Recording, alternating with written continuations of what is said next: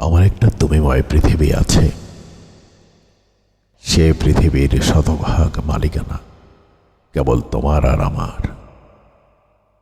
সেখানে তোমার আমার অবাধ বিচরণ, কোথাও কোনো বাধা নেই। আকাশ সেখানে ঘন নীল, সবুজ ধানের উপর ঢেউ খেলিয়ে যায় মায়াময় বাতাস। আমাদের সেই পৃথিবীতে কেবল শোনা যায় পাখির কলরব, অনন্ত যৌবনা নদী বয়ে চলার কলকল ধ্বনি, পাতার উপরে ঝুম বৃষ্টি পড়ার শব্দ, আর তোমার কণ্ঠস্বর। তোমার কণ্ঠস্বরের যে মধুর আমার কাছে আর কিছুই নেই।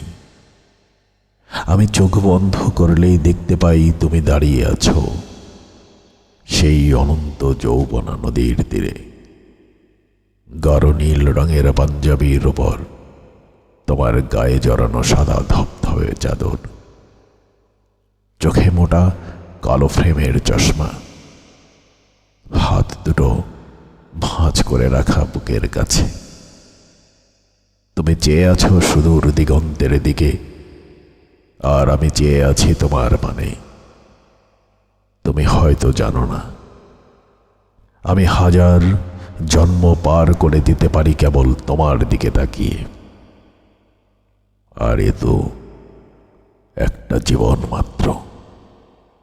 আমার আমার বিষণ্ণ দিনের ক্লান্ত দুপুরের আমি যখন একলা হাঁটি আলপথ ধরে, তুমি কখন যেন চুপিসারে আমার হাতটা এসে শক্ত মুঠোয় ধরো।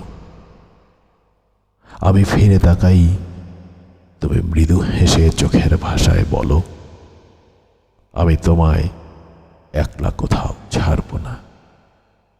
তোমার গভীর চোখের অতলে আমি ডুবে যাই অহর্নিশ।